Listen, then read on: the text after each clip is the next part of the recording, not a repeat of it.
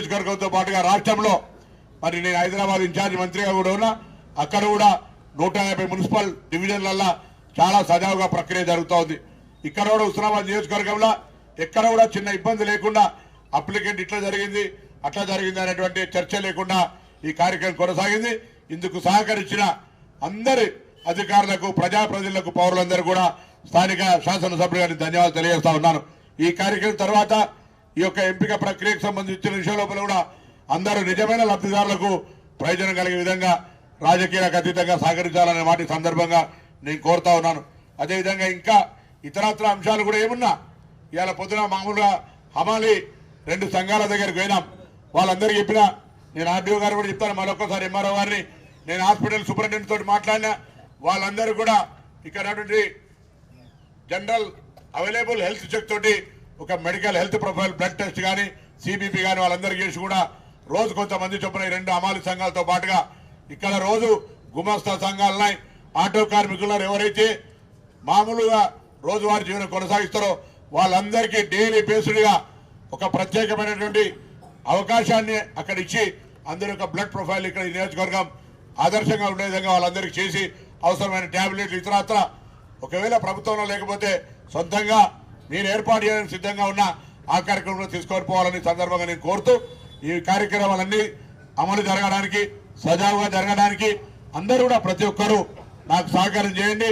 తప్పకుండా నేను మా దగ్గర రావచ్చా, వద్దా, కలవచ్చా, కలవరాదా, కలుస్తాడా, కలవడానికి అవసరం లేదు.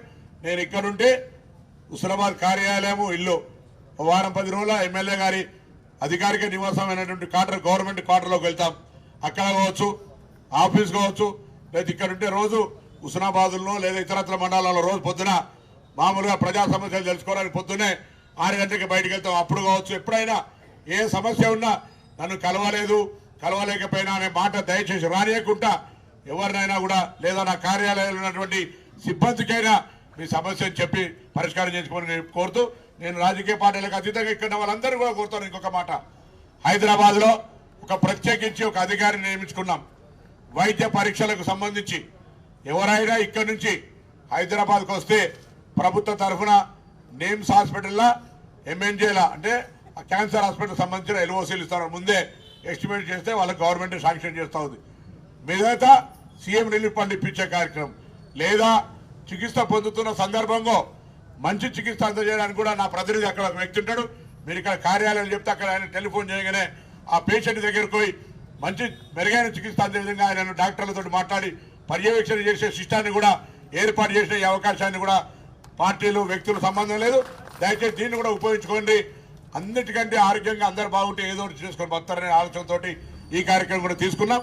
తప్పకుండా మెడికల్ హెల్ప్ అనేది అట్మోస్ట్ ప్రయారిటీగా, రైతులు ఇరిగేషన్ అనేటువంటిది, ఇల్లు లేనటువంటి వాళ్లకు ఎడ్యుకేషన్ కూడా రాబోయే కాలంలో హుస్నాబాద్ ప్రాంతంగా విద్యాపరంగా కూడా అభివృద్ధి చేయడానికి ఒక ప్రణాళిక ఉంది. నాగా నేను ఒక స్టూడెంట్ లీడర్గా తప్పకుండా అటువంటి కాన్సెప్ట్ కూడా తీసుకొని ముందుకు పోతామనే మాట మనం చేస్తూ ఇటువంటి కార్యక్రమాలు విజయవంతంగా జరగడానికి సహకరించండి. నెలనే అయింది, మనం తిట్టేది ఉంటే ఒక ఏడాది తర్వాత తిట్టుడు. ఇప్పుడే తిట్టుడు షురు ఇంకా ఏడాది దాకా ఉందా టర్మ్ ఇది. తిట్టేటప్పుడు మీరు దిగిపోగా తిరుగుతుంది చిత్తం చేయకపోతే. ఏమే అయ్యప్ప అంతే కదా, కౌన్సిలర్లు కూడా కొడతాను అంతేనా. తిట్టే ఏడాది తర్వాత ఏమైనా చేయకపోతే అందరూ నెలకే అట్టిగా నెలనే కాలే 400 అంటే నేనేం చేయాలి? మీరైతే అనుకుని మీ నాయకులన్నా. కాబట్టి దయచేసి మరొక్కసారి తప్పకుండా ప్రజల సహకారంతో, అధికారుల సమన్వయంతో ఈ నియోజకవర్గాన్ని నేను ముందు ఎన్నికలప్పుడు చెప్పినా, ఎక్కడికైనా పోయి దవాఖానకో, అధికారి దగ్గరకో, కాలేజీకి పోయి మేము మాది హుస్నాబాద్ అంటే మీ గౌరవం, పరపతి పెరిగేటట్టుగా వాళ్ళు అక్కడి నుంచి స్పందించే విధంగా మీకు మర్యాద వేస్తా అని చెప్పినా తప్పకుండా మళ్ళొక్కసారి ఎక్కడికైనా ఆడ కూర్చున్న కాడ ఎదురుగా మీకు ఏమైనా ఇబ్బంది అవుతుంది, తప్పు జరుగుతోంది, మీ పట్ల నిర్లక్ష్యం జరుగుతుందంటే నేను లేదా నా మనిషి ఎవరన్నా ఫోన్లు ఎవరుతారు, సమస్య చెప్పండి. తప్పకుండా సమస్య మీద వెంటనే అటెండ్ అయ్యే విధంగా విధానాన్ని అంతా కూడా ఏర్పాటు చేస్తాం. ఎందుకంటే మీరందరూ ఆశీర్వదిస్తే వచ్చింది ఎమ్మెల్యే. మంత్రి పార్టీ ఆశీర్వదిస్తే వచ్చినా అది దానికి అర్హత ఎమ్మెల్యే పదవిని మీరిచ్చారు. కాబట్టి ఎంతమంది హైదరాబాద్ ఎవరు కలిసినా హుస్నాబాద్ నియోజకవర్గానికి ప్రత్యేకమైనటువంటి ఏం ఛానల్ అంటే సార్, రెడ్ ఛానల్ అంటే గ్రీన్ ఛానల్ అంటే ఏమంటుంది, రెడ్ కార్పెట్. మా వదిన గారు మున్సిపల్ వైస్ చైర్మన్ చెప్తా ఉన్నది. రెడ్ కార్పెట్ తోటి హుస్నాబాద్ నియోజకవర్గ ప్రజలందరికీ స్వాగతం ఉంటుంది. ఎప్పుడు కూడా మినిస్టర్ క్వార్టర్ తీసుకున్నాక కూడా ఎప్పుడైనా ఏదైనా అంతా నేను ఏదైతే ప్రభుత్వం నుంచి వచ్చేదో అది మీ అందరి హక్కు ఉంది అనేటువంటి మాట మాత్రం ఈ సందర్భంగా గమనింపజేస్తాం. వచ్చి పొన్నం కాంప్లెక్స్ ఇవ్వండి వాళ్ళకి తప్పకుండా అందరిది హుస్నాబాద్ నియోజకవర్గ ప్రజల బాధ్యుడిని మనిషి అనే మాట ఈ సందర్భంగా మనవిస్తూ మీ అందరికి మరొకసారి ఈ ప్రజాపాలన కార్యక్రమం విజయవంతానికి సహకరించిన అందరికీ ధన్యవాదాలు తెలియజేస్తూ ఇంకా ఇయర్కి అయిపోయింది అనుకోకరు, ఇలా అయిపోయినా మళ్ళొకవేళ ఏమైనా ఉంటే 4 నెలల తర్వాత మా ముఖ్యమంత్రి గారు చెప్పినారు, గౌరవ ముఖ్యమంత్రి గారు, కేబినెట్ ఉప ముఖ్యమంత్రి బట్టి విక్రమార్క గారు మిగతా వాళ్ళందరూ కూడా చెప్పినారు 4 నెలల తర్వాత కార్యక్రమం ఉంటుంది. ఇవాళ హుస్నాబాద్ సంబంధించిన ఎన్నికలప్పుడు చెప్పిన నా అక్క చెల్లెలకు తల్లిగారింటికి పోయినా వియ్యపురాలు కోడి కోసిన వియ్యపురాలు ఇంటికైనా ఆర్టీసీ బస్సులో ఫ్రీ పోవచ్చు అని పోతున్నా లేదా? చైర్మన్ గారు ఎక్కిరా లేదా మీరు?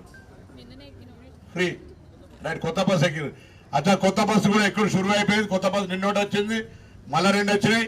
నేను గౌరవ పెద్దలందరినీ కూడా ఇక్కడి నుంచి ఏ ఏ ప్రాంతాలకు బస్సు సౌకర్యం కల్పిస్తే మంచిదో నాకు వివరిస్తే తప్పకుండా ఆయా డిపోలోకి మాట, ఎందుకంటే సంబంధిత శాఖ నాదే కాబట్టి హుస్నాబాద్ ప్రాంత ప్రజలకు బస్సు సౌకర్యం లేదు అనేటువంటి పరిస్థితి రాకుండా ఉండే విధంగా బస్సు సౌకర్యాన్ని కూడా కలిగిస్తాం.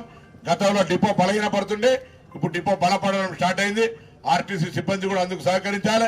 అదేవిధంగా శాంతి భద్రతలకు సంబంధించి కూడా పొద్దున హమాలి వాళ్ళు కొంచెం వాళ్ళతోటి పోలీసులు ఇబ్బందికరంగా వివరిస్తున్న వాళ్ళు కూడా తెలంగాణ బిడ్డలు, హుస్నాబాద్ బిడ్డలు కాబట్టి చట్టపరమైన ఈ అంశాలు వస్తే ఇబ్బంది తప్ప వాళ్ళతో కూడా కొద్దిగా నేను పొద్దుగాల సీఏ గారు కూడా చెప్పినాను.